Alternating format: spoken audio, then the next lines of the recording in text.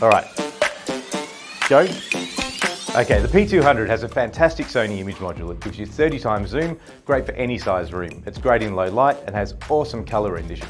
On top of that, we have our BirdDog NDI processing engine, which gives you the highest quality pictures at the lowest latency. It's compatible with any NDI device on the planet and just gives you the best outputs. We have our brand new user interface with NDI version 5, which gives you waveforms and vector scopes to make sure you're properly exposed. It also gives you unlimited control as far as color control and using your camera. In addition to this, it sounds strange, but we can do pan, tilt and zoom at the same time. Try some other cameras, they can't all do it. The P200 is a fantastic camera that's got every type of connection you can want, from NDI with power over Ethernet, SDI, HDMI, any control interface. It's got a great big tally on the top. It's a really great camera. How to do with the time?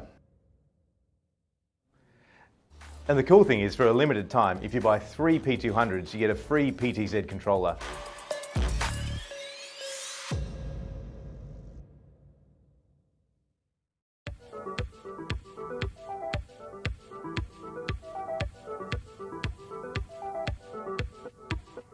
Well, it is that time again, everybody. Hope you are doing well. My name is BirdDogJon, and I am back in action. In those scenarios, it's good to neuralize the cameras. You guys know that best. Very straightforward. Plug it in, go to the web UI, link the source, walk away. You know, like super simple. I keep looking over at the chat, and I keep seeing you are full of it. Tasty, spicy meat snacks. Covered in flavor. I mean, you can't go wrong. So what's going on? We've got a handful of folks here in the chat, and I really appreciate that. What's up, mate? Hey, Warren, how are you? Appreciate it. Hey, Robbie, how's it going, man? You're just talking about you. What's going on, Tom? Ahoy. How is it going? What's going on, Go Web? Good to see you again. Thanks for hanging out with us again today. Appreciate that. I feel like I'm in this video more than anyone but John. It's true, NetApp. You are, I'm going to cut this up and put this in the next intro.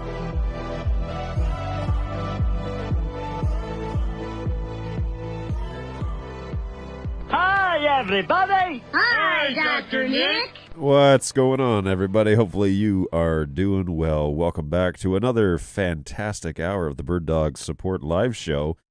Can't wait to be with you. Really looking forward to it. I even turned my hair light on, so NetHab would be happy about that. Hopefully things are going well on your side of the world. Things are going all right over here. Now, as a good streamer would do, we need to go over to the Google and verify that the audio is working well, which it is, at least from my end. So if there's a problem, it's probably personal, and it's probably user error. So check out your end if you're having audio issues. Otherwise, let me know, and I can double-check the stream at that specific location on YouTube. Things seem to be going all right. So, and this show is also brought to you by Not Ember Mugs.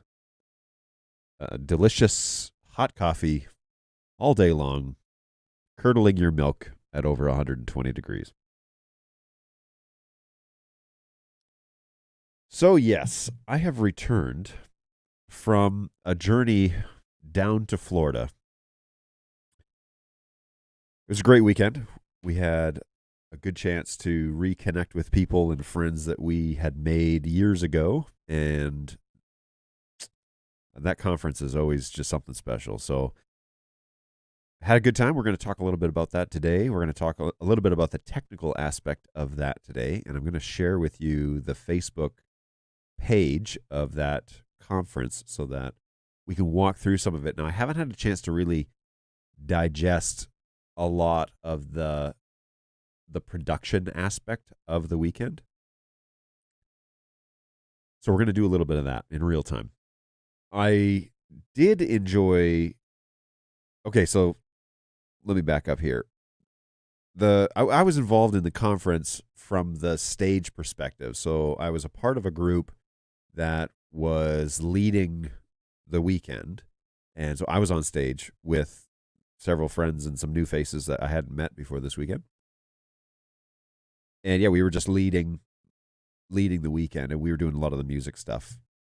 If you don't know, I sing in another part of my life, and so that's what I was doing for a buddy of mine named Chris, and I'll introduce him here in a second just from the video. And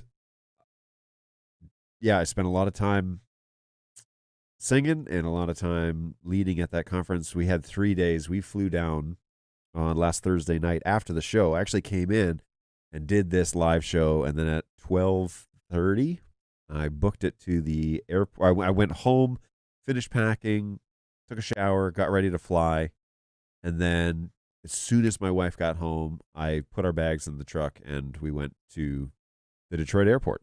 We flew down to Atlanta, and then from Atlanta, we flew to Panama City Beach, Florida.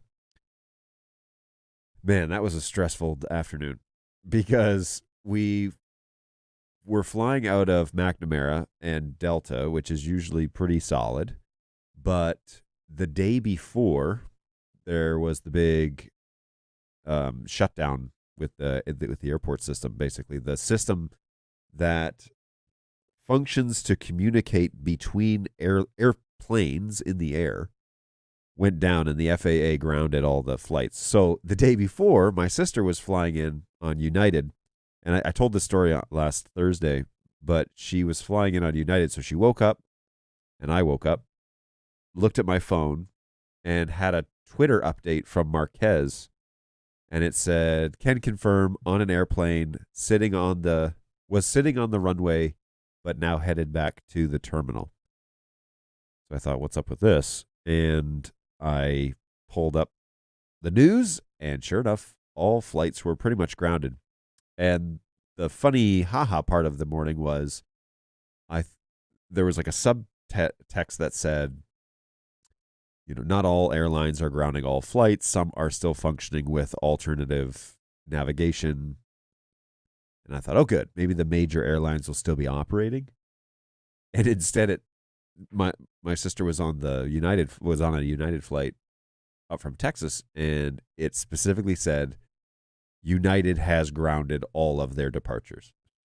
So she was coming up to watch my kids so that the next day we could fly down to Florida and hang out there for a few days and then come back. And I just took her to the airport this morning, so I've been awake since 4:30.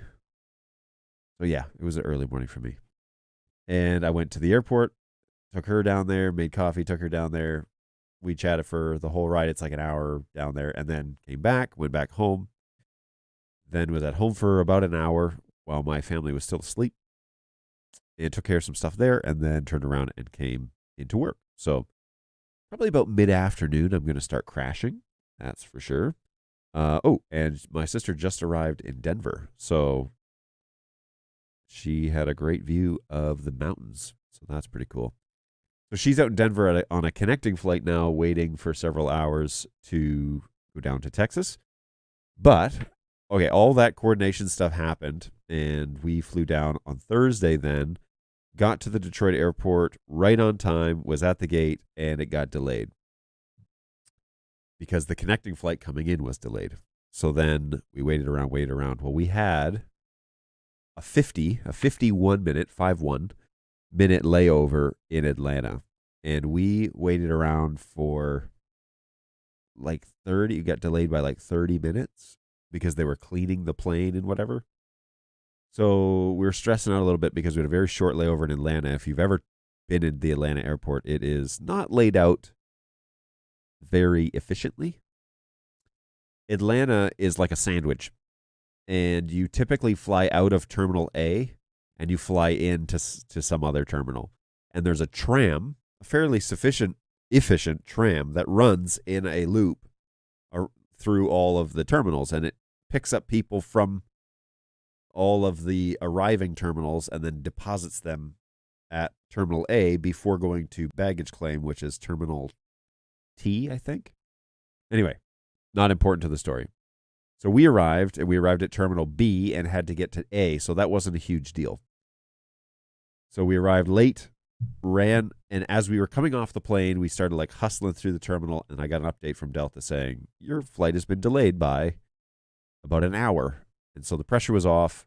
We were stressing a little bit on the way over to Atlanta. It would have been nice to know that it was delayed prior to that. But when we landed and we started walking the terminal, then they delayed it by an hour. So went over, sat down, took a minute, then went and found something to eat because it was is Atlanta is in the Eastern time zone, right? So it was late, 10:30 or something like that by the time we were looking for something to eat. And we grabbed some burgers and sat down and ate. And then, oh, that reminds me, I need to send that expense. So ate our dinner really late and then waited for the plane and then boarded the plane. The other stressor is we're not like super frequent travelers. So we needed to board with the general boarding. Thankfully, going down to Atlanta, we had main cabin 2 on Delta, which means that you don't typically have to check your bag. But on main cabin 3, you do. So we didn't have to run the risk of leaving our bags or going to baggage claim or the bags not arriving in Panama or whatever. And with such a tight turnover, we were really nervous about sending our bags into the abyss. So we didn't have to do that. That was nice. And we waited an extra hour and then landed in PCB, which is in Central Time, down there around 11:30 by the time we actually got there. And so it was midnight by the time we got back to the hotel. Met up with our friends that we were down with, who you will see on the stream here in a minute, and went to the hotel and crashed. So that was the trip down, and then we spent several days down there working with the conference, and then we came back yesterday. Now, yesterday's trip was a little less stressful because we weren't so worried about our gear getting home with us, but it was still stressful in a few ways just because we still had those tight turnovers. We had 51-minute layover in Atlanta again. Everything ran as clockwork, though. Kudos to those working at the Panama City Beach in Florida airport. We were main cabin 3, and quite literally the last 4 people to get on the plane. Us, me, and my wife, and 2 others that were not traveling with us, but 2 other passengers, and then this poor lady who was going on vacation and really didn't want to check her bag because she would have to go to check out and then go back through TSA.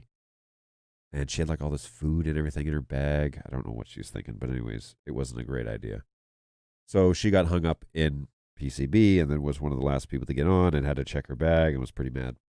Anyway, we got back yesterday pretty like midday about. And it was a holiday here, so it was busy.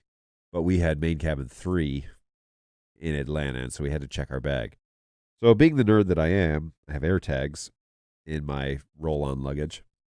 So I was able to actually see the bags traveling outside the plane. But it stressed me out because we had to check them in Panama so that they went under the plane. And so we were hoping, and then we were going to pick them up in Detroit. So we had to go to Atlanta and then go to Detroit. We had this tight turnover.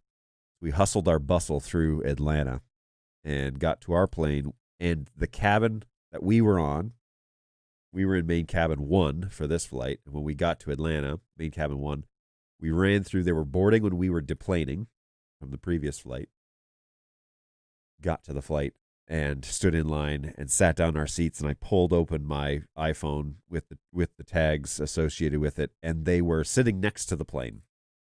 And that's the last I saw of them until we got to Detroit, when I opened my phone, and then the Delta app actually told me that they did successfully board our stuff. So kudos to the Atlanta airport baggage people specifically, because they got our bags on a really tight layover into the correct plane. And that is not, thinking about how many people were passing through that airport that day is pretty astounding. So good stuff. So there's the story. The travels were successful, and I'm back now. Had a great trip. I did a function that I don't normally do, which is participating in the leading of a conference. Normally I'm the tech guy behind the scenes, so it was nice to have a different function over the weekend and see things unfold differently, but also have an opportunity to recognize the guys that were working hard behind the scenes to do all the technical stuff and let them know that I appreciated their hard work. So shout out to, none of them are going to be watching this stream, I almost guarantee it, but shout out to the guys over at the Gulf Coast Getaway Conference. You guys did a great job. What's going on, MTash? Welcome back. Good morning. Hopefully you're doing well. And my friend in Sweden, howdy. Is it for Force? Is that your last name, Force? Let me see if I can Google that. I have to meet you at like a conference or something, or a trade show so I can properly pronounce your name. But until then, you're my friend from Sweden. And then we have I think just a TV station that I'm going to Google Translate this as well. And I will be right back. Let's see here. Yoink, copy.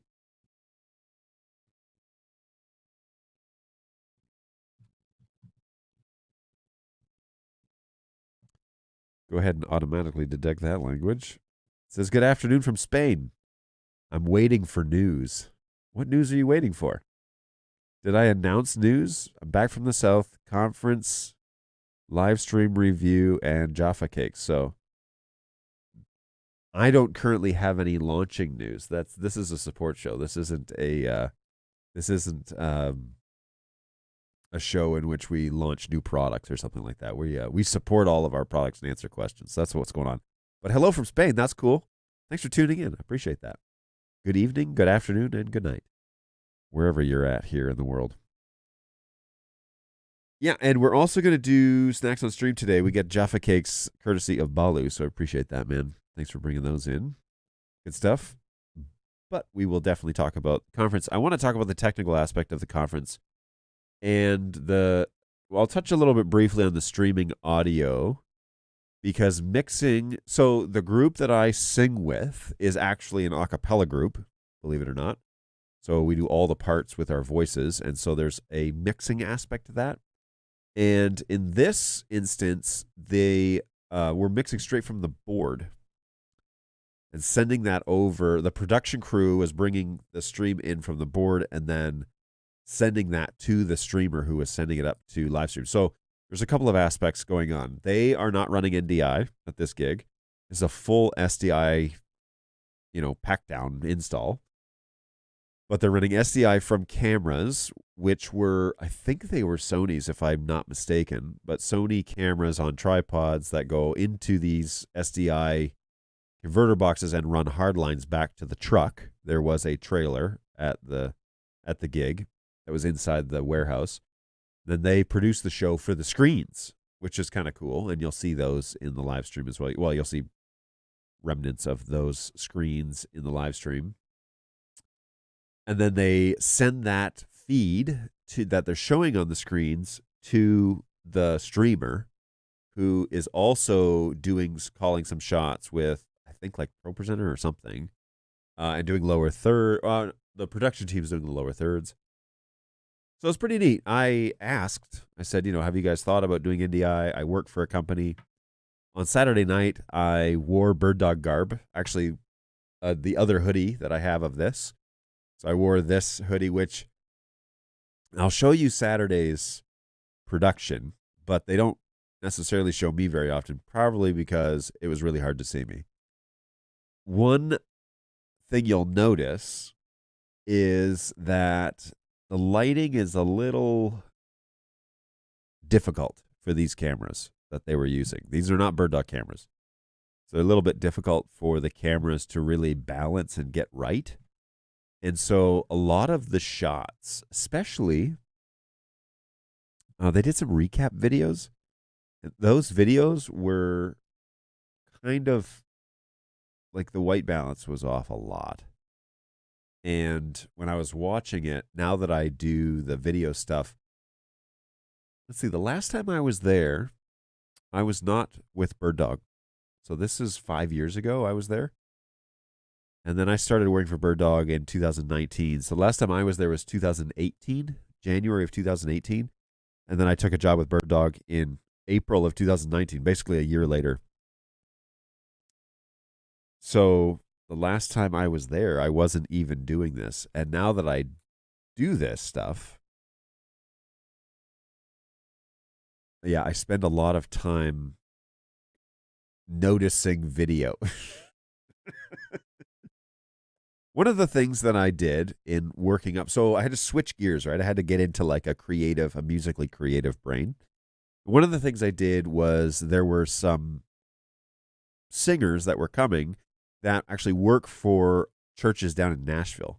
And I spent some time actually researching them so I kind of could understand their musical personality.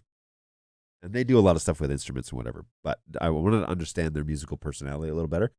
So I looked up their stream, and I noticed the streams, with the two people I didn't know, the two gals, they were coming down with Chris, and I didn't know their style at all or whatever, but I do know their church, and I happen to know their production guy, specifically their sound guy. I pulled up their stream on Facebook and was listening to some of the stuff and realized, wow, this audio on this stream is really good. And so when I got to the conference, I asked the worship minister who was there, so who does your live stream? And she said, oh, you might know this guy. His name's Dan. And I said, oh yeah, I know Dan. She said, yeah, he does all the audio stuff for the in-house and for the stream. And I thought, wait, he's doing stream and live? Like he's doing in-house and he's doing the stream? How's he doing that? So then one of the guys that came down with the group, and he is so uber talented, his name's Jalen. Jalen was like, he said, it's probably because he's sending it to a bus mix and then sending that over to some software that's handling this. So he had some insight as to how that's going. So I'm gonna do some research. I'm gonna reach out to my buddy Dan, talk to him about how he's doing this. He's crazy busy because he's a head of a project management group for a big install company here in the U.S. and he just had a baby. So he's a new dad. So yeah, he's a little busy. He may not be available for me to chinwag with him for a couple hours, but he would be a great guest on this show because he could talk about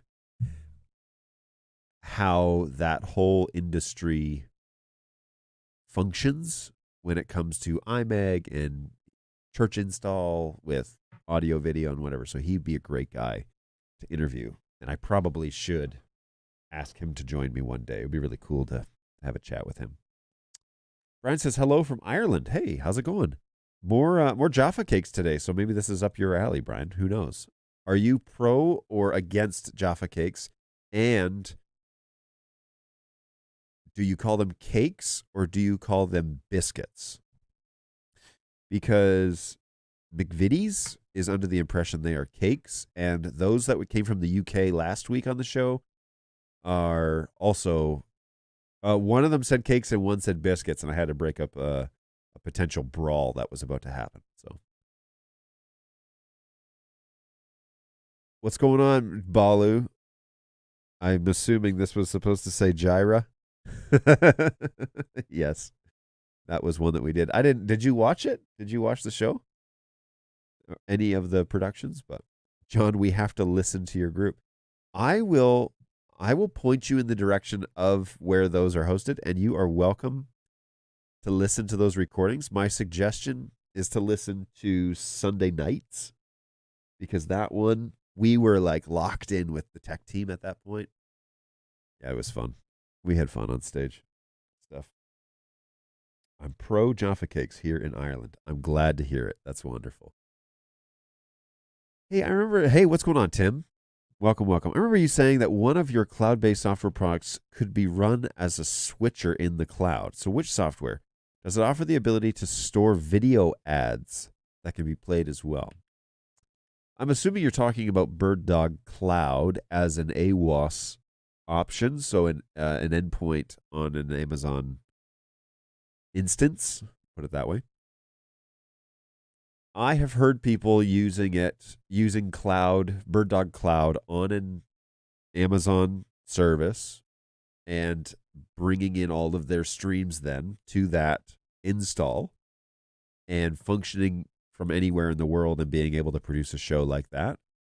The guy that needs to talk about that workflow with us is BirdDog Jake.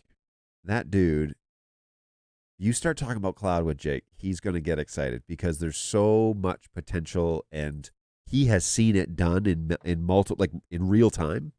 He has seen it done multiple ways successfully. And so if that is something you'd like to explore, I need to set up a stream where Jake can come back. That dude is so crazy busy, by the way. But I need to set up a time where Jake can come back and we can walk through what that looks like if that's something you're serious about. The best place to find out more about that, to get in touch with Jake or his counterparts, because we got multiple sales guys in the US, and the 3 sales engineers are really great. If you get a hold of Jake, CJ, or Ian, those guys are going to be able to answer all of your here's how we do it or here's how we've seen it done questions. Those guys can be found at hello@birddog.tv. So if you have those sorts of installs and questions like that question that you asked there, Tim, probably needs to go directly to hello@birddog.tv and say, hey, I sent this message over to John on the show, and he recommended I talk to you guys about setting up a cloud, a BirdDog cloud instance on an Amazon service, and then being able to run video through that as a switching service. And Jake will probably be able to tell you in more detail how you could do that and what its limitations are. But yes, that's probably what you're referring to. Daniel, what's up? Long time. Jaffa Cake brand, biscuit generic class, and yes, even Texans like Jaffa. Good to know.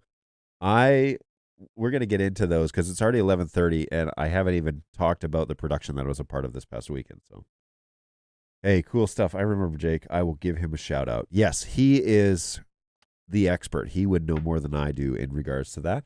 But if Jake is super busy or booked, CJ and Ian are also really great. And so if you get a response from any of those guys here in the U.S., that's how that's done. Now, if you're over in Europe, we got sales engineers, SEs, over there too now. We have a guy out of France. We've got a guy over in Germany. We've got somebody in the UK that can help you, or other European zones. And then we have the head of sales also out of the UK. So, yeah. We even have a guy that's focused for UK and Nordic. So we're trying to cover our zones, trying to cover our bases, have enough resources in the places that we're seeing high demand so that there's somebody who understands the culture but understands also workflows, how, what the expectations are with the industries. We want to be sure to have our bases covered. So very cool. Thank you, Tim, for jumping on the show. And Daniel, yes, it has been a long time. I'm so glad you came back. Thank you for making an effort. Okay, so let's get into what I know everybody's waiting for. Probably not at all, by the way. But let's get into snacks on stream. We'll see how this second round of Jaffa Cakes go. John's just making up stuff to start drama. Look, I don't know. Look at him. Wish me luck, folks. It's my first Vegemite experience.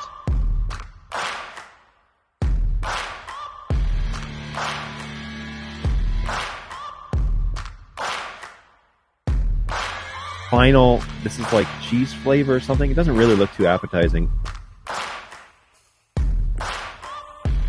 Good golly, this is something else, man. Here's the thing about Pop Rocks, and I don't know if I'm the only one like this. Pop Rocks have always been a social experience for me. I did not think that is what you were going to say. That's hilarious. That is awful. Oh, gosh, that's so bad. Jeez. Holy smokes, man. That's right, everybody. Our favorite time, snacks on stream. I'm just kidding. My favorite time is chatting with you guys, so thank you for sticking around. I am going to enjoy more Jaffa Cakes today, courtesy of Baloo. So let's get that over here. A whole box. He brought the office a whole box and put one sleeve out there. I think he gave a sleeve to somebody else. There are 30 cakes, man. And then he left a sleeve in here for me. So, yeah, super generous. He's been a busy guy. Really excited about these because I enjoyed them so much the last time. And we're gonna tear it up here. Now, my coffee in my Ember mug is a little bit chilly for just black coffee. Here's something that I realized. I am drinking black coffee. without half and half. I don't know if, unable to connect. You know why? Because this is a new phone. That's why. I need to turn up the temperature on my Ember mug. But, yeah, interesting. But I kind of, sometimes I drink black coffee and I don't mind it. I do it out of necessity, like when the half and half runs out. But today it kind of is out of necessity because I'm not 100% confident in the half and half that's in the fridge here. Hopefully the guys pair. Hopefully the guys hear me say that before they use it. But, that was super easy pairing process, by the way. I'm going to turn up the temperature here on this coffee. So I just paired, the coffee itself is 100. It's hard to see that, eh? There you go. It's 120 degrees right now. And all you have to do is hold the button on the bottom of the cup, and then it's repairs itself with the phone. So that was really simple. Anyways, I'm going to turn it up to 135. So I'm going to get it boiling here. No, I'm kidding. But hopefully heat it up. What I did notice, and I didn't expect, is that I was drinking black coffee, and I didn't mind. So that's strange. So more coffee on the go. So I'm going to let that heat up, and in the meantime, I will open this bag of Jaffa Cakes, and I will get back to the questions. So let's do that while I enjoy this delicious snack provided by Baloo. Bamboozled, I tell you. We've got French vanilla pods if you want some. No, I'm going to go with black coffee, I think. I like it. And it's less calories, right? It's the same amount of caffeine. Am I turning into a black coffee guy? Oh, my word. That would be bizarre. Here we go. Jaffa Cakes round 2. Yeah. Wait. These are the original. Yeah. That's the jam.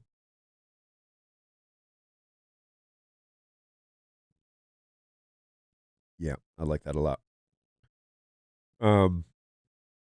It's funny because talking about having no calories in my coffee, and yet I'm going to eat a sleeve of Jaffa Cakes. So,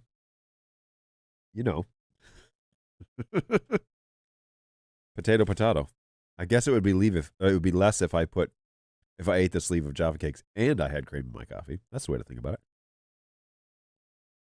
Yeah. That's pretty neat. It is pretty neat. All right. So, let's talk about this production I was a part of last week. Or last weekend. I just came back yesterday. So, I'm a little blurry-eyed. And 2 things. First of all, I left the office on Thursday afternoon and had no anxiety about the state of my office when I came back, which is a testament to the guys that are taking on leadership roles in this office, but also just the confidence I have in this team. So I need to do a little special shout out to them. Holding it down. The team that we're assembling here in Auburn Hills is the jam. And so I knew that they knew how to get a hold of me if there's an emergency, but they'd handle most of it. And there would really need to be things on fire if I need to get involved from Florida. So bravo to them. It was a different, I have not walked away from this office with that level of confidence before. And I'm excited to say that I was right. So good stuff. Well done, team. The other thing, there was another thing I was going to say, and now I've forgotten. Well, anyways, so I just got back from that trip yesterday, and this is what it was. And I'm a little blurry-eyed and not all cognate as to what's going on up inside my brain right now because I'm purely running on caffeine from the 6 cups of coffee that I've already had this morning. So bear with me if this seems a little scatterbrained, but I'm going to try and technically dissect the stream that I was on and just show some technical stuff and what I liked about the stream and what I would improve. So what I would personally do differently. I'm not going to now next year you should. No, I have no say over what they do. It's totally up to them. I did chat with the stream guy that was doing it. His hands were kind of tied, like he wasn't producing it. He was accepting the stream and making sure it was working correctly, but he wasn't calling the show. So, you know, I think they hired it out. I don't know. Maybe it was a part of the crew that was with the conference that did it, but maybe. So this is the group that I'm with, and their Facebook page, if you're wanting to check it out, is called Gulf Coast Getaway. And it'll look like this. This is their symbol here. Let me jump over to this page. Their little symbol here on Facebook looks like this. And so check them out. Really cool group, and they're doing some good stuff down. This conference was mostly for college students in the South. And so a lot of campus ministry guys or whatever come down. We were involved with that. And you can see me on stage there repping the... If I make this full screen, does it take over my whole computer? No. Okay, cool. You can see me over here on the left-hand side repping the Bird Dog sweater in all black. In this outfit, actually. So blue jeans, black sweater, and my token flat black hat. So not flat bill, but like nothing on it. Just flat black. Anyways, so cool stuff there that we were able to spend time doing this. Now, let's just walk through some of these angles because they did focus on a lot of like moving camera shots, and the camera angles they had here, they were manned. And so they would actually produce the show, intercom with each of them, talk them through the shots they wanted. And then this is Mr. Chris. He's my buddy, and he was the worship leader for the weekend. So Chris is Netham. So this was kind of the layout. And this particular song we're actually mixed up a little bit differently than we normally were. Chris is normally in the middle of that group. But let's take a look at these camera angles, because standard bust shot here with, well, it's like almost like a waist shot, but 2/3. Pretty difficult with Chris being like 6'5".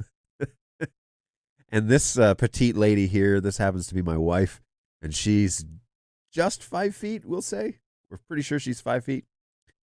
This is my friend Steve's guy stand next to me, and I have sung with those guys for 15, 20 years now. But, or 50, oh geez, yeah, almost 20 years. I've known these guys for 20 years. A couple of the other two gals we had just met this weekend, and then, yeah, the other guy I've also known for quite a while. So, Jalen there with the hat. So these angles are cool. They're kind of going between. They had 3 cameras set up, and I think a 4th static shot. I don't know, but and my coffee has reached the perfect temperature. So let's see. This will be a whole lot warmer now. Yeah. So, but this is classic church worship style production where they do these center shots like this. And one of the things I really appreciated is the tempo of the songs. They did different transitions, different styles of transitions. So they're doing these. This is kind of a medium tempo song, not super jumping, but medium tempo. And they have these crossfades that are going on. And this is Savannah. She's leading the song. And so they're like going between her and then other group shots and whatever. But notice that it doesn't stay on any one shot super long. And it does a crossfade transition, which is a little bit more of a connectiveness between the shots. But if you get to like a faster shot, then a faster song, then they change it up and they do kind of this onesie twosie kind of camera angle. This cameraman is trying to follow Savannah, but I don't think he was supposed to. So they do these onesie twosies between the two. That was really strange. They should have cut before. What is going on here, cameraman? That was so weird. Okay, I should also mention the guys that they had were volunteers, and I don't think this is what they do for a regular basis. So these pan shots, this could totally be done with PTZ, easy, from the production truck. They don't necessarily need to do, they don't necessarily need to do manned cameras for that. But they had 2 cameras on the wings, 1 in the center, and I think a static camera. Maybe not. Maybe it was just 3 cameras. And then they had a feed coming off the board. And they were basically just doing, like they were just doing standard 3-camera shot. The center camera was focused on that, whoever was leading it.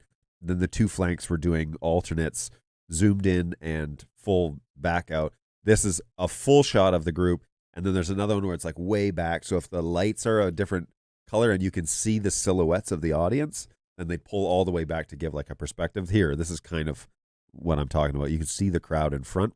There are 4 sections to this room, and there are 700 people in this room. So there are, I don't know, what does that mean? Like just shy of 2 or just a little more than 200 people per section between the camera and the group that's singing. So 200 people between this shot and the group.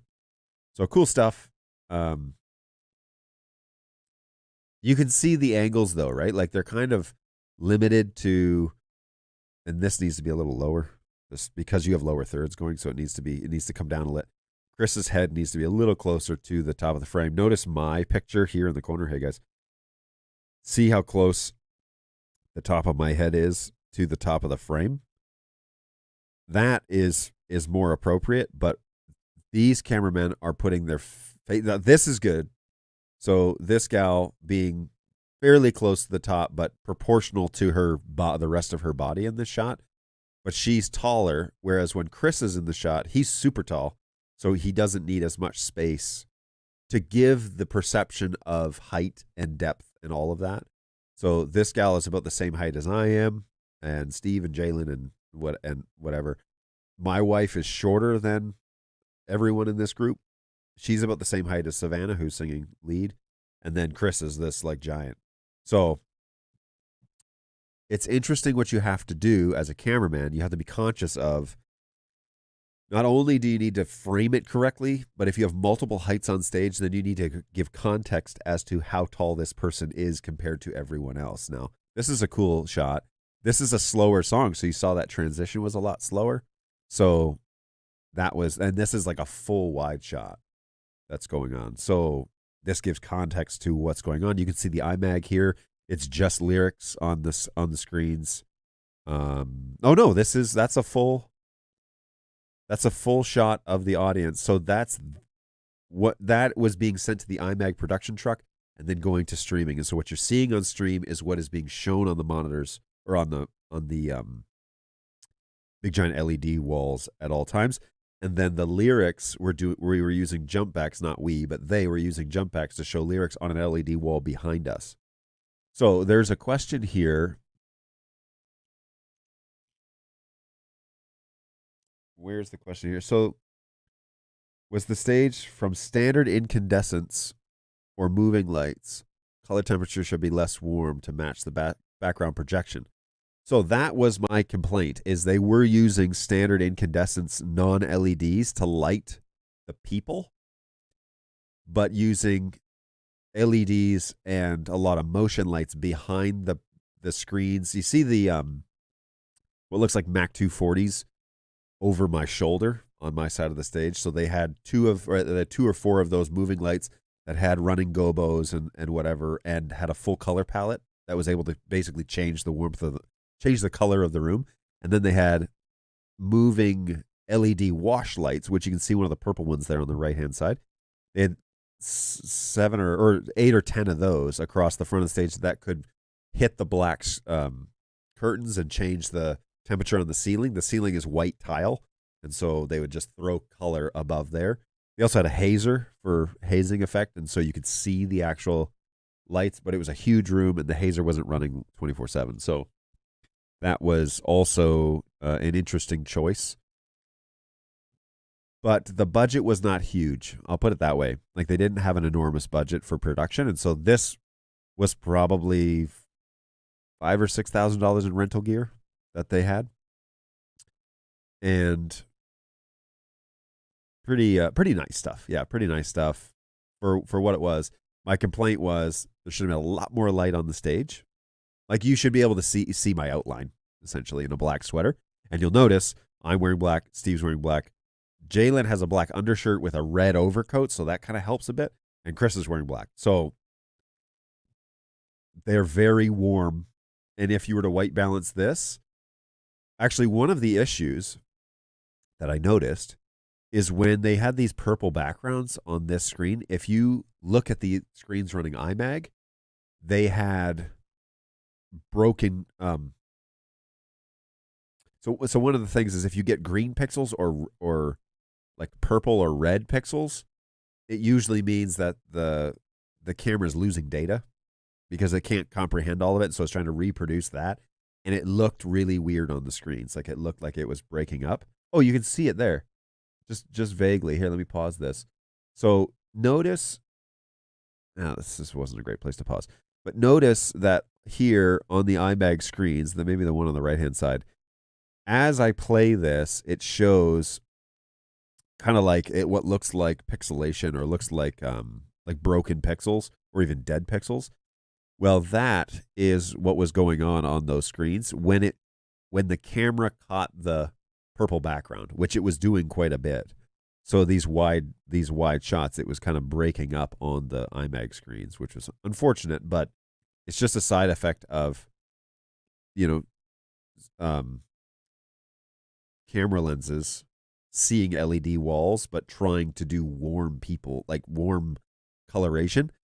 And this is way too warm for my liking. I like this to be a lot cooler and not like, hey man, that's cool. Temperature wise. Now look at this contrast. My wife standing next to a guy that's 1.5 feet taller than her or more. He may be taller than 6'5", but the contrast, the camera guy was like what do you do with that? So she is doing a partial lead here on this song. So they're trying to focus on her, but Chris is also singing a part with her. And so they're like, how do we get both of these people in the same? And the only way to really do that is to back off and do a full toe-to-head shot like this. And then it makes more sense. That camera angle, if you want to focus on them, frame this out where, it's a little bit above Chris, but it captures some of the audience as well. It gives context to the height that he is. Okay, so that was the end of the first worship set that we did, and then we invite the keynote up. And so this is another, he moved a lot during these sessions, and this is a great, this is Saturday night, so this is one of the keynotes. There's 2 keynotes, but this would be, and they did a donation thing, so let's skip ahead here to the keynote. Back to leading, okay, here's the keynote. So they were using this LED wall to show slides and whatever too, right? So he's a Cowboys fan, evidently. So he told some stories about that. But you can see some of the stage gear here. So on the bottom left-hand corner, can you guys see my mouse? Let me see if I can put this up. How do I want to do this? If I do this, can you see this? Yeah, okay, you can see my mouse cursor. Okay. So over here in the bottom corner, this is one of those moving lights with gobos and color palettes and everything. There's one here, there's one over here, and then they had some freight cases with a couple more, and so they could do the lights up, lights down effect, which was really nice. But I have seen them have a lot more of those in the past, and I don't know if that's a money thing. I think it is because the place where we were at has changed ownership and the costs have gone way up. And so next year, it's not actually going to be at Edgewater Beach Resort. It's going to be at a different, actually even a different place down the Gulf Coast. So kind of a bummer, but whatever. Do you have you do have other clothes, right? Are you not like Zuckerberg with 100 copies of the same shirt and pants? Okay, so cat's out of the bag. One of the things that I try and do is I record stuff in here, right? Well, I'm doing an education course, and it would be weird if every video I was in a different outfit. So I've standardized, and it's just become like my outfit that I wear here. But I thought, because I was probably going to be showing this stuff to you guys afterwards, and this is what I wear now most days, this is what I'm most comfortable in. So when I asked, what are we wearing on stage? The answer was, wear what you're most comfortable in. Well, this is my garb these days. So I wore this one day. I wore hoodies other days. On Friday night, I wore a green hoodie, a green top and a gray hoodie that has like a white chevron on it. And so that stood out on stage pretty well. But yes, we were definitely repping Bird Dog gear on that stage. And my sister made a comment because she was watching with my kids at home.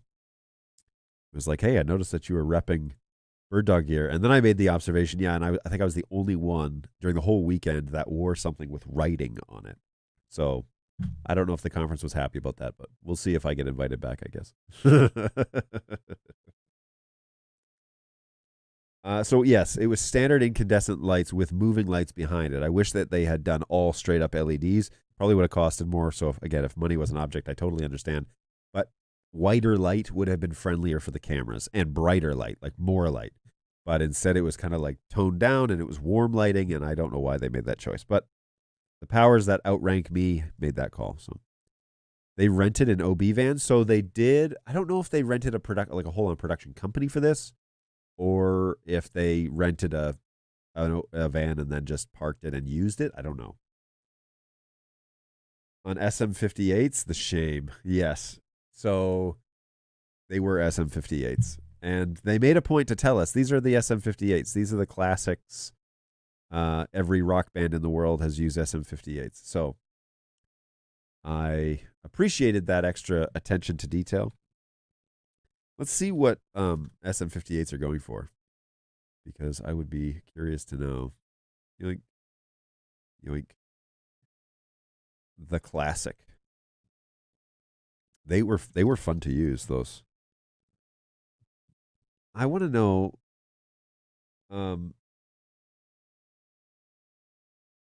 oh, I'm sorry, SMB 58s, right? Is that what they are? SMB 58. Oh, that's not what it is. Dang it. What am I thinking?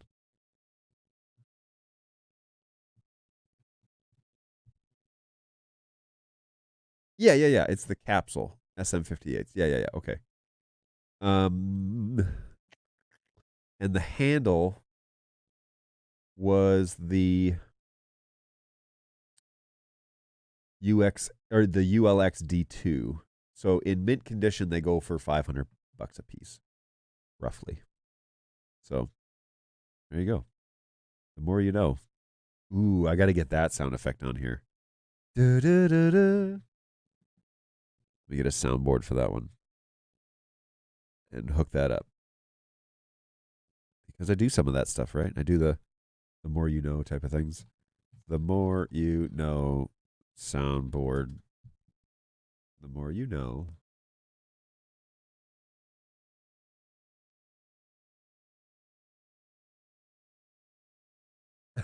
There it is. Okay. Found it. Download.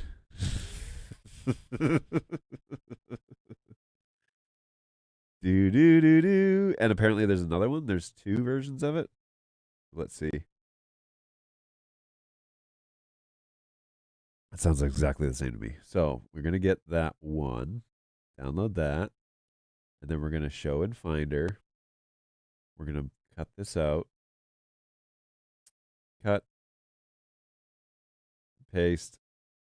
Where is it here? Sounds, I guess. Yep. Yoink. Paste. Got it.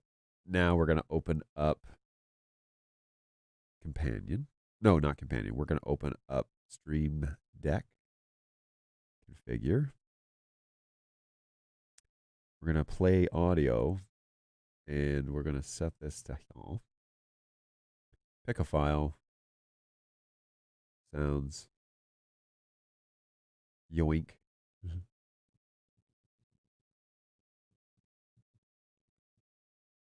My little PSA music.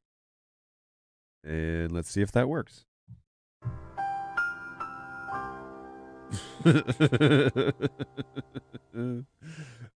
That's so cool. I love it. And I love that I have a system now to get that in place. So there you go, folks. If you were ever curious about how much an SM58 wireless microphone goes for, it's about roughly $500 for something that's new on the aftermarket realm.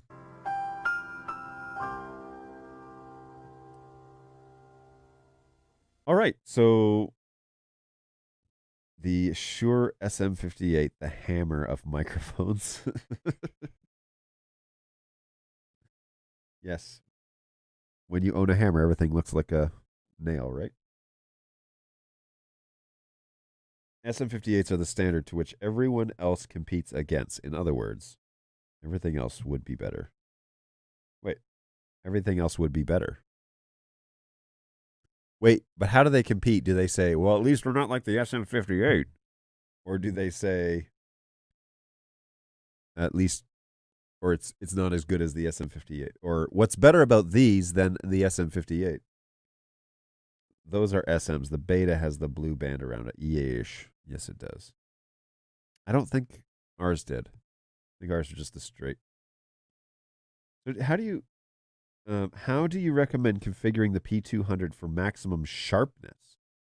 Is there a difference between NDI and SDI in the image quality? No.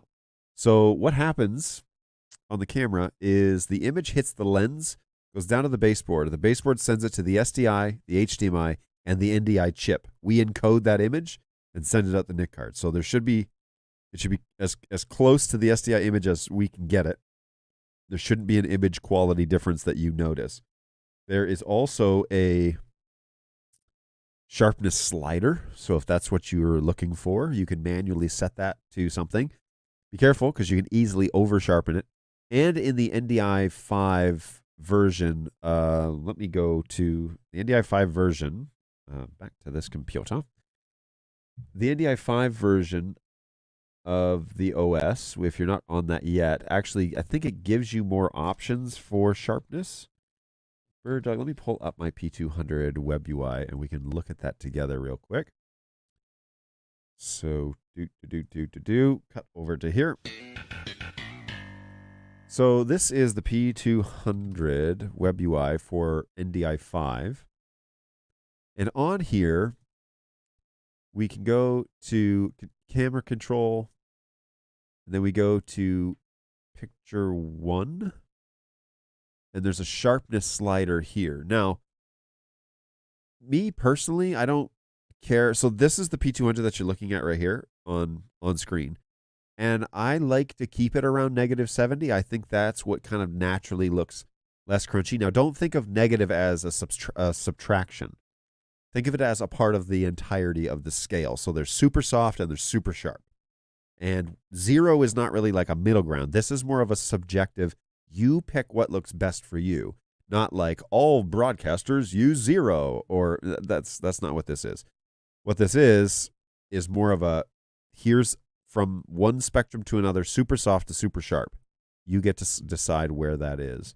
And when you increase sharpness, though, you're going to see a lot like more noise. And so there's then a compromise between noise reduction. When you add noise reduction, then you're going to get more streaking in your motion. And so it's all a finesse. It's all a building of the image and where you find that sweet spot on the camera is based on what is your studio, what's your lighting, what's your background, what's your, like everybody's different. So me personally, I have a broad range of views and cameras that all look different. One's way overhead, off to the corner. One's right here next to me, and one is looking directly at me. And I had a few others, but just trying to simplify here as to eliminate what's not necessary at this point. Because confusion and jumping around and angling things and resetting and all that stuff. So that is where it's at. So hopefully that gives you some clarity. More of a feature discussion than just a feature request. Can you discuss the P4K option of different formats on SDI or NDI output? Perfect option for a kind of hybrid show. Any idea on whether this will roll out to other dogs? Okay, yeah. So really we're trying to unify the camera to control the things. And people see multiple ports and then they want multiple format outputs. The issue is that the baseboard really needs to be able to do that natively to output different frame rates, which also means that you're going to be converting something. You're never going to be natively taking 1080p 60 and 1080p 25 off the same lens. Something's going to be doing a reduction, to make that actually happen. So you got to be a little bit careful with some of that. You're going to compromise on quality, and it will be more of a party trick than it is a actual legit. you can do multiple formats on this natively. That's going to be the compromise there. So you got to be careful with that a little bit because you get into trouble, especially if you promote it as a feature and then people are not clear as to what that is or what it's actually doing. So then if they find out that it's more of a party trick than it is actually a function of the real baseboard processor, they're going to feel shortchanged. So there's something to say there about it might be best just to keep all the outputs the same on all outputs and just say, look, the camera we'll do all these outputs, but just do one at a time. It'll do all SDI, HDMI, and NDI at 1080p 60 or 1080p 2997 or whatever you pick. And that way, you can control it a bit. Also, the expectation stays fairly within the realm of, see, here's the deal, is if you do that, then you're going to have, 1080p 60 works fine, but on SDI, but on, HDMI, I have it set to 1080p 25 and it looks choppy. Well, maybe then 1080p 60 looks great and 1080p 25 look great out of those two outputs. Same scenario. But if I change 25 to 30, then the 1080p 60 screws up.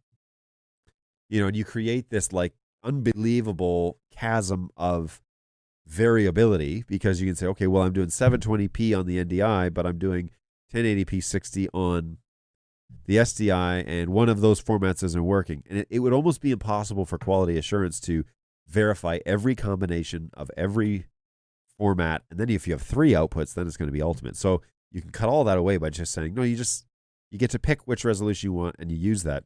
The way around this conversation too, by the way, is using a product like a decimator, which will change the video format. So you can come out NDI at 1080p 60, but you want 1080p 30. So you can go into something like that, convert it to 1080p 30, and then output it SDI. That's that thing's specific function, is to convert signals into something that's usable.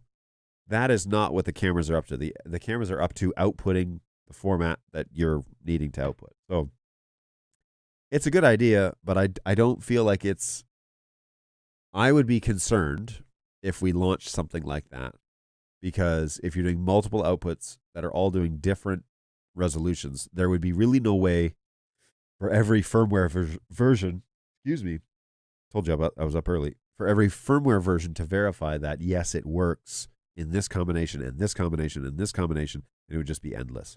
So if you offer 10 or 15 different resolutions, that's 10 to the power of 3, which gets out of hand quite quickly. There'd be no way to really guarantee that when you update, it's going to work, which is terrifying for me. My goal is to make sure that it works, right? Or figure out how to get it to work. So if you tell me we're going to launch a firmware, man, these are good. I've grown to like these a lot. Shout out to Baloo and the crew for bringing in Jaffa Cakes. Giddy up. Anyway, so when we issue a firmware, it would terrify me if it was like, yes, but we're also going to include this feature that's not supportable. Good luck. Yeah, that would be rough. They're all mine. All right. It sounds like a challenge. Hey, today I don't have to get off the stream super fast and catch an airplane, so I'm here with you until the questions stop. Pandorica, what is going on? Thank you for jumping on. I know you're super busy. I know you're super... It's not convenient for you to be on this show right now. In the recently released beta versions of Silicon 2 public beta, will we be able to choose between full NDI and NDI HX? Will there be only one option? Thank you. First of all, you're very welcome. Thank you for joining us today. Second of all, the Silicon 2 option will allow you to pick one additional output. So you could do full NDI and HX, or you can do full NDI or SRT. That's what that public beta will allow. And then as they roll out additional updates, you'll be able to pick that instead. Now, it won't be able to do SRT, HX, HX2, and 3, NDI HX2, NDI HX3, and RTSP, RTMP. We'll be able to do all of them. You'll be able to pick one in addition to the full NDI, which the BirdDog camera will always do. We won't shut that off. So then you'll have the option between full NDI, proxy NDI, and then your alternative, which is SRT HX2 or HX3. So it is, how did I put it last week? Last week was a long time ago for me, boys and girls. I said, oh, shoot, how did I put it? Now I can't remember. Well, anyways, yeah, it's going to be, the HX one. What's crazy, now it's all coming back. Wow. Okay. Whew, there's all my entire train of thought. So the HX has the HX3 option, which is basically like the variable NDI bitrate version. I haven't played around with it yet. I've been kind of tied up. But the HX version will now do, yes, the cameras will do HX2 and 3 and the SRT option. And then it'll also have then an option eventually to do RTSP and RTMP, which elevates BirdDog to a place in the camera NDI world like nobody else. When you buy a BirdDog camera, you get this as a part of the package. When you buy, let's just say, another brand, you typically pay for the NDI function after the fact. So I want to buy an NDI camera, and then it's this beautiful camera, does SDI, does HDMI, whatever, but the NDI function is purchasable as an additional option. That is not how it works right now at BirdDog, and I don't think ever. When you buy a BirdDog camera, you're buying an NDI camera. That's what you're getting. And now, getting an NDI camera that can do HX2 and HX3 and full NDI and proxy NDI and metadata NDI and. So it creates a bit of a support nightmare, like I was stating before. But it's also one of the reasons why you pick BirdDog cameras over everyone else.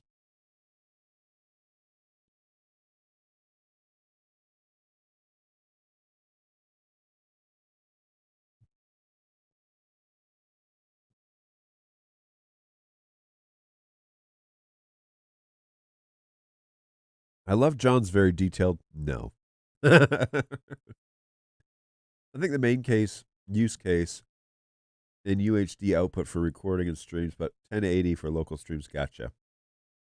I don't know. I honestly, I don't know if that's an option, but it would be a nightmare to support because there would be no way for QA to guarantee that the combination in which you're using doesn't cause some sort of unknown bug, So, yes, Pandorca's here for the Jaffa Cakes. What's going on, Jake? How are you, man? I was just talking about you.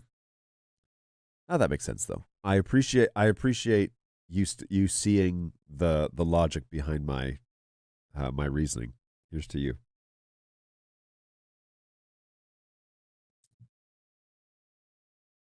BirdDog live stream is my priority. Is always my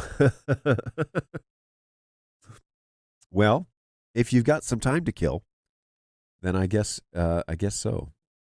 NDI full and NDI HX. Woohoo. Jake is very excited about that. I'm excited to have Jake here. What about HX4? Dude, you need to pull back on those reins. Dante AV. Don't get me started on Dante AV. It's amazing. HX2 is great for streaming to plays, while full NDI goes to the switcher. Yeah, that is going to be pretty slick when that kind of like becomes a regular rollout in installations. It gives you that flexibility. But here's the thing. Okay, so I had a conversation with a guy that I highly respect out of Atlanta, not on this trip, but last year at NAB, and he said, in his world, NDI is not a thing. But with the introduction to the OG card and the introduction and the announcement that HX was starting to come to platforms, he was like, now we can talk. Because iMag is everything for him. And so like timing is of the essence, and people will pay the premium to have zero latency or as close to it as possible. But he said, because you have now this backbone with the OG4 card, and now you're coming out with the HX compliancy, now you become so diverse and usable in the back end production of things, going up to the stream or recording or whatever. So BirdDog is becoming a way.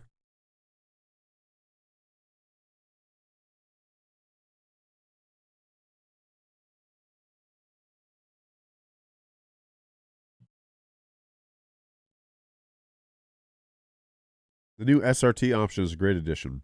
We use SRT push polls for international hybrid events. It's a very simple workflow. I'd be really interested to hear more, Daniel, about how you're using SRT, how you're transporting that.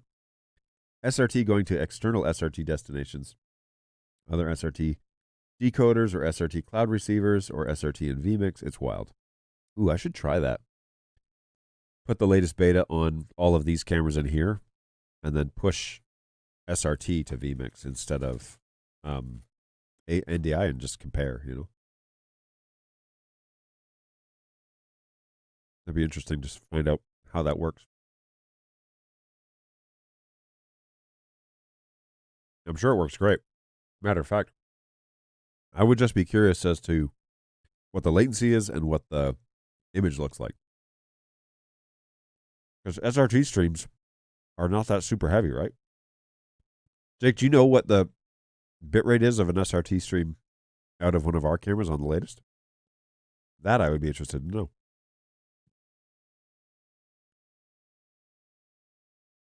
I'm not going to stop eating these cakes.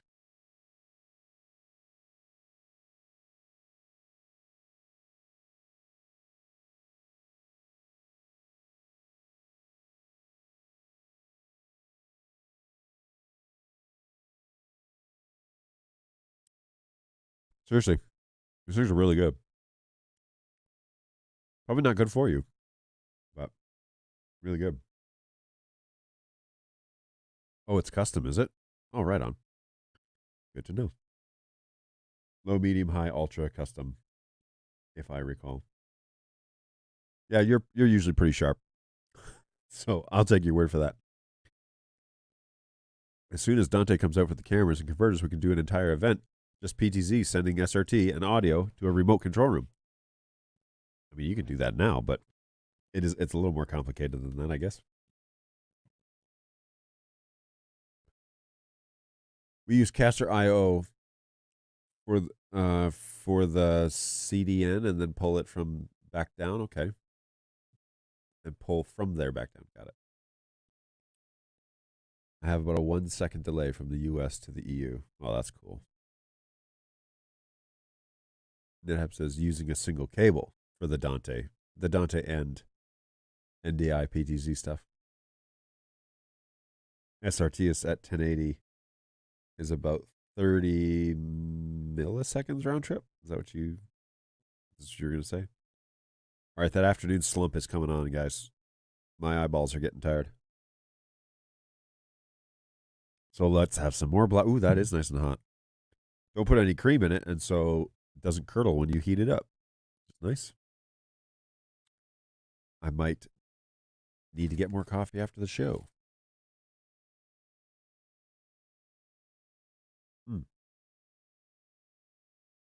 Sorry. 30p capped right now. Okay, gotcha.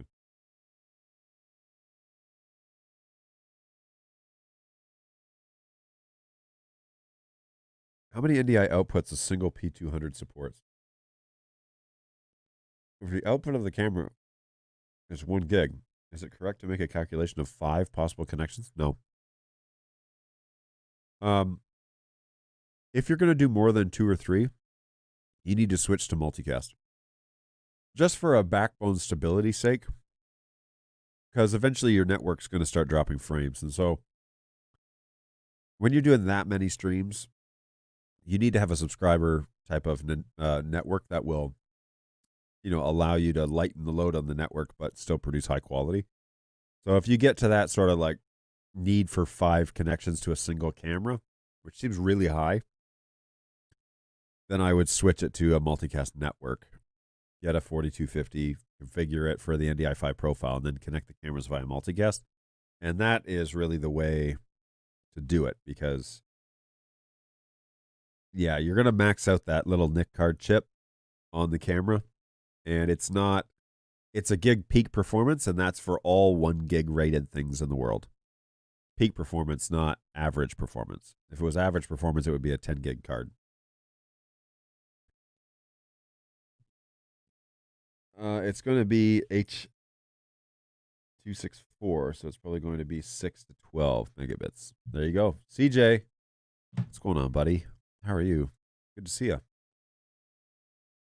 He's got salesman in here. Now we just need Ian to complete the trifecta.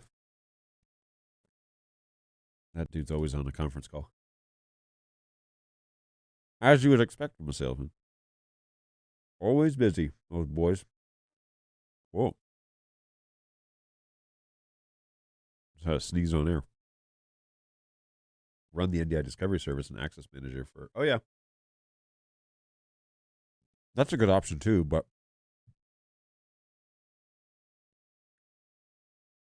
I still like multicast.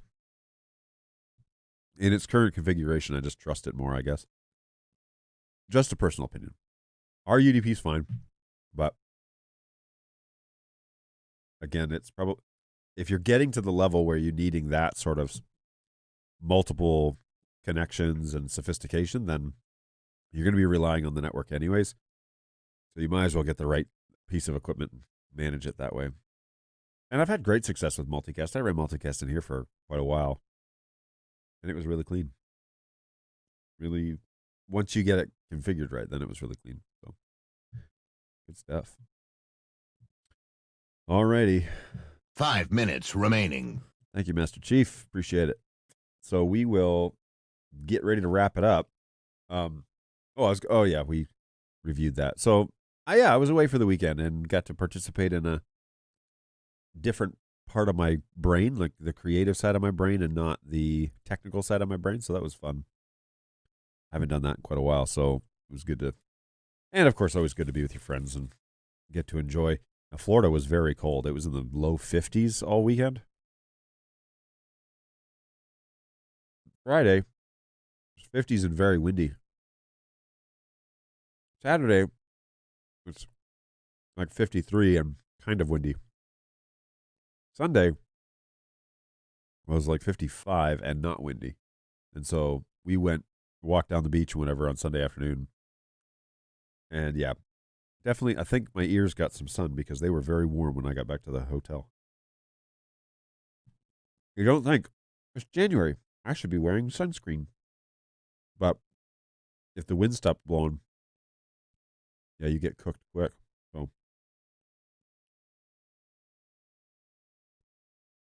Will we see a BirdDog mini camera? Because anything's possible, I guess. What are you looking for in a mini camera? Tell me your ideas, because I'd be interested to know. Nostalgia just hit with the Halo voice. Yeah, right? That's good stuff. I do love me some Master Chief. Welcome to the South. Every second is a sunscreen season. Every season is a sunscreen season. Yep. You just don't know what you're going to get. And then you have places like that are going to get 5 inches of snow tonight. So whatever, dude. I'm looking for a full NDI manned camera with B4 mount lens support. I have a PF 120 that doesn't have the lens support, but it's a great little camera. It's full NDI, and you can't zoom it obviously on the handle, but yeah, it's a box camera. I mean, you could put it on a tripod and control it if you wanted. I'm looking. Oh, sorry. That's what you want, NetHab? I should have read who wrote this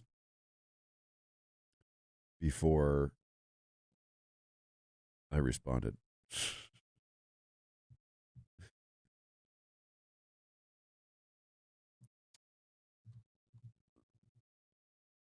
Let's take a look.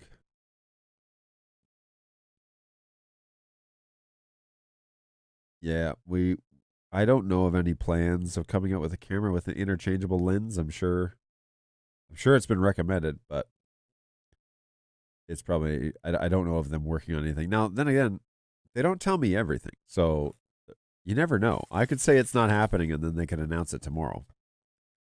If it's an interest, if you think there's a market I will certainly tell people that make those decisions, but I don't know if they think there's a market. So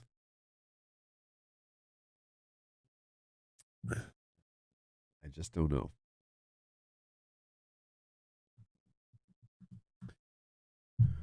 Well, we are having a busy start to the first of the week. We came in and there were a lot of tickets. So yesterday was a holiday. So if you submitted a ticket, you're wondering why we haven't gotten back to you over the weekend. It's because we haven't been in until this morning.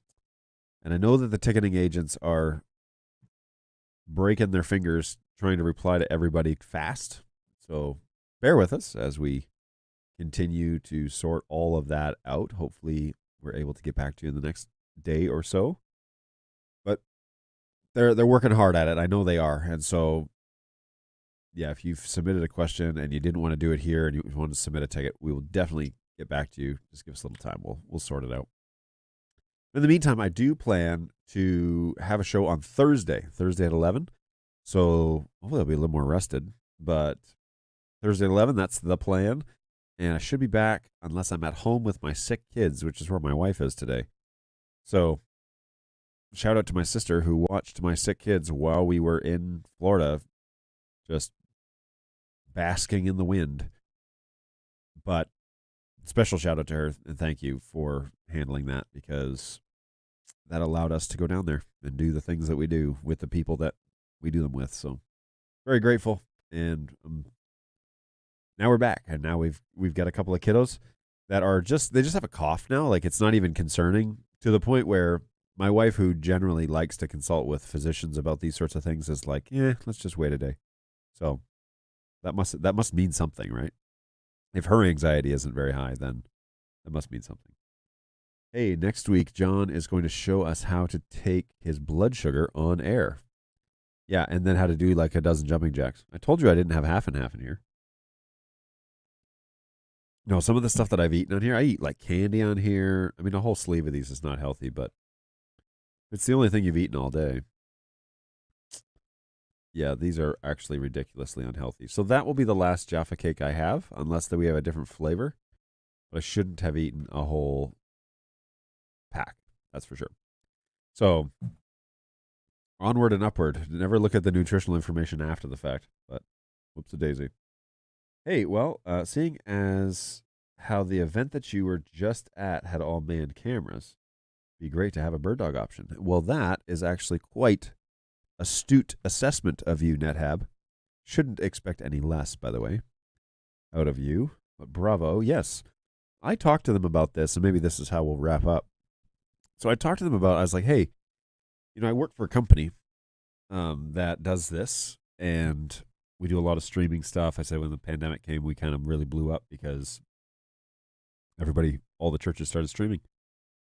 But, we're an NDI company, and we have Sony broadcast lenses, whatever. And the guy that was streaming was like, well, there's a production crew here this week that is doing all of this for Facebook. First of all, I thought it was odd that they streamed to Facebook, because Facebook is not really the place where, like, you get a lot older traffic on Facebook, but not young traffic on Facebook. I thought that was strange.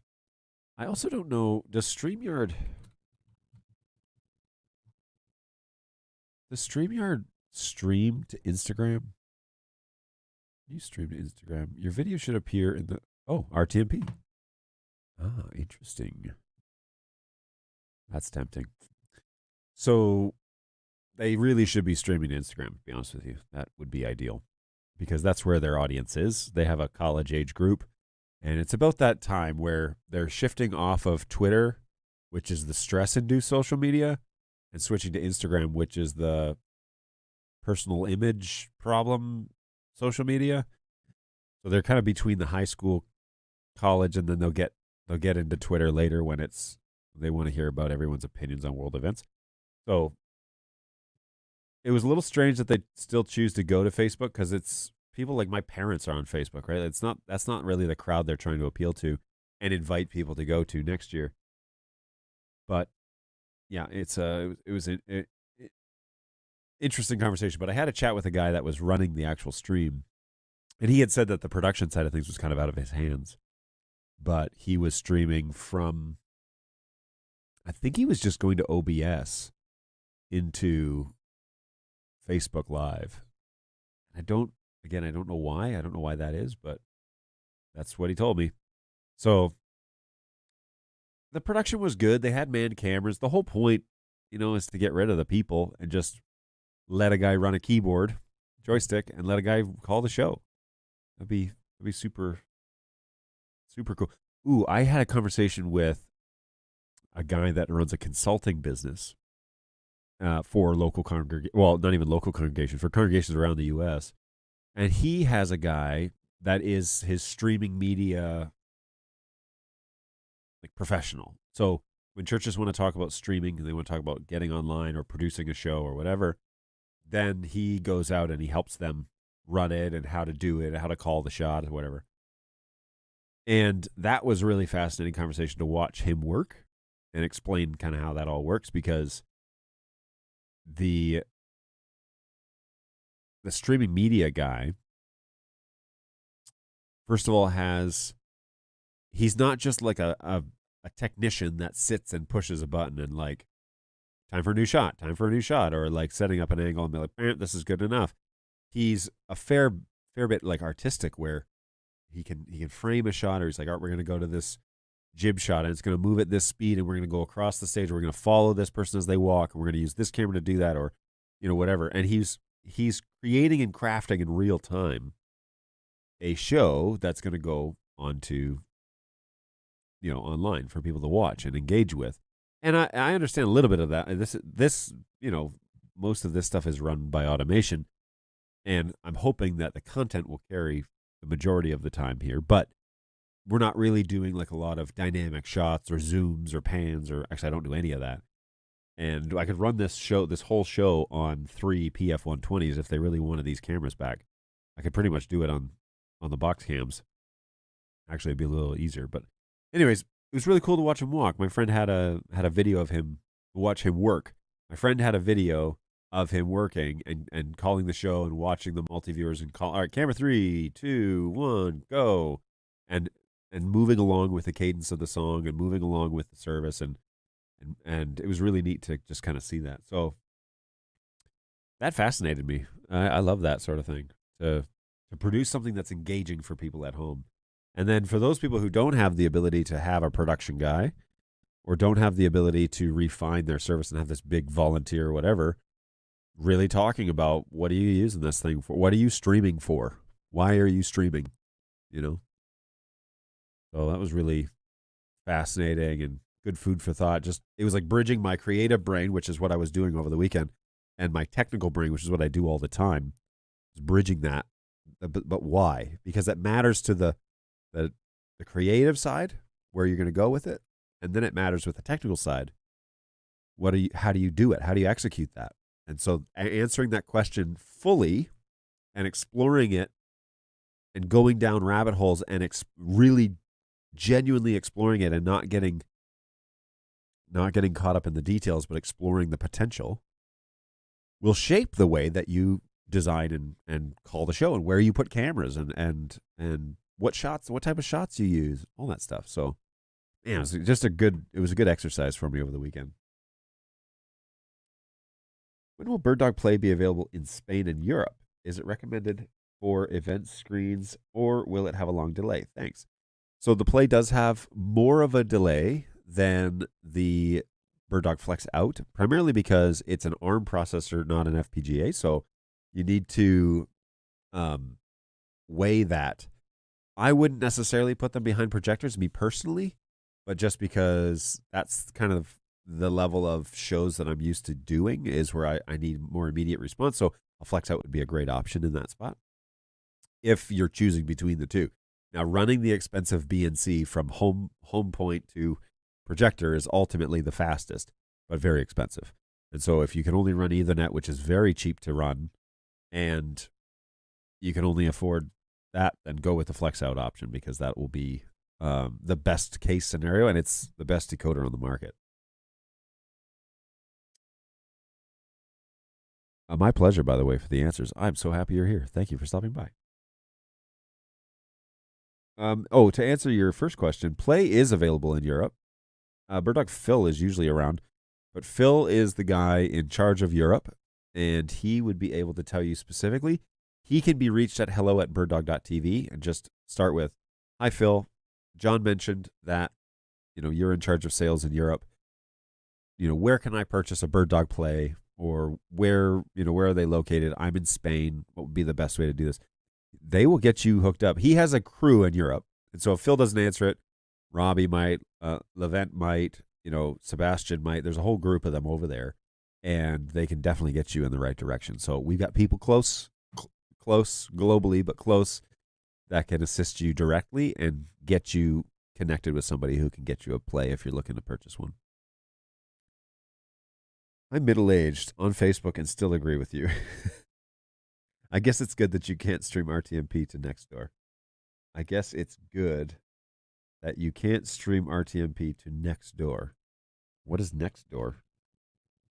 Should I know what this is? Join Nextdoor, an app for neighbors where you can get local tips, buy and sell items, and more. Oh no.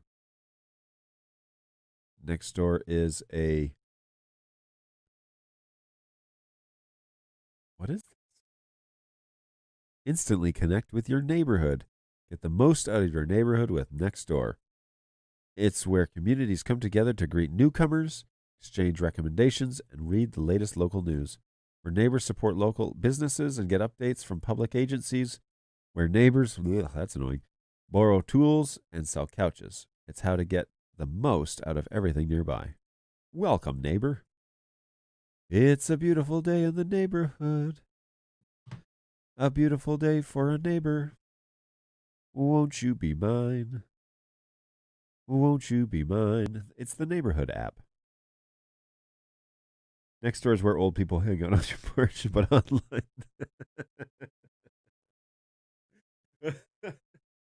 Oh, well, sounds like maybe I should set up an account. Maybe. All right, folks. Well, you have pushed this well past the 5-minute remaining point, and I really appreciate that. I love coming on this show. You're good people to be around, and I appreciate you joining me every week. So thank you so much for coming along for the ride. It's always a blast. I'm glad to be home.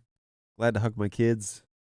My sister is feeling sad traveling back to Texas to her home, but happy to be headed back to see her daughter and be back in her community and stuff. So it was a good week. Hopefully the kids get better quickly, and we'll be back with you on Thursday unless I announce it otherwise. But come check us out twice a week, Tuesdays and Thursdays from 11 to 12, and potentially some special shows coming up this year because I want to get online with the Australians, and they're only awake at like 4 p.m. our time here. So we'll do some live shows with them this year. I'm going to try and do one a month, I think. I think that's going to be my benchmark, and I need to map that out, like maybe last week of the month or something like that. There's a potential that some Australians might be here in February, so I might try and get one of them to join me. But I need to make some stuff happen before then and now. And it might be Dan, might be Jamie, might be somebody. We'll see. We'll see what we can do. But lots of cool stuff coming up in the near future. And hopefully you can come along for the ride. Good times. Well done on your production. Oh, thank you. I was only a guy on stage. I wasn't, or do you mean this production? I mean, either way, thank you. But yes, it was great. If you want to see more about that conference, it's such a good thing for college students and gives them a chance to be together. And yeah, we have a good weekend. Next year is in a different place. It's not in Panama City Beach, so we don't know if we're going back. Like, we don't know if we're invited. This was usually you do like 2 or 3 years, so fingers crossed that we get to go. But yeah, next year would be great. We just don't know necessarily what exactly it's going to look like because it will be in a new location. So they might potentially change it up completely. We don't know. Or they may do the exact same thing just over there, which is in Orange Beach, which is in Alabama. So I would be in Alabama. Maybe I could talk Tom Sinclair to come hang out with us for a few days. Or overnight or something. That'd be fun. A BirdDog Mini wireless camera would be ideal for small sports. All NDI, of course. Yeah,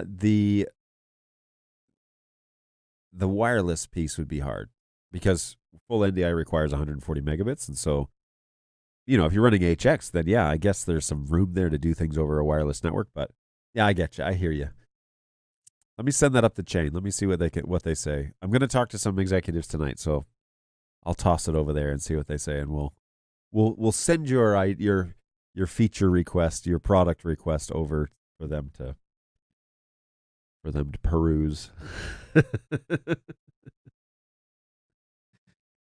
All right, guys. Well, take care of yourselves. It has been really good to be with you, and hopefully you have found this time enjoyable or maybe just relaxing or something. But come back again. Come back on Thursday. We go on Tuesdays and Thursdays from 11 to at least 12 o'clock. And bring your questions. If you don't like submitting tickets, no problem. Twice a week, we'll hang out. You let me know, and we'll help you. So come and ask your questions. Hang out with us here on the Sports Show. Thank you so much for those of you who are always here. I see you. I appreciate you. And we'll do it again this week, even on Thursday. But take care of yourselves. Take care of each other. It's important. And we'll catch you in a couple of days. Bye, guys.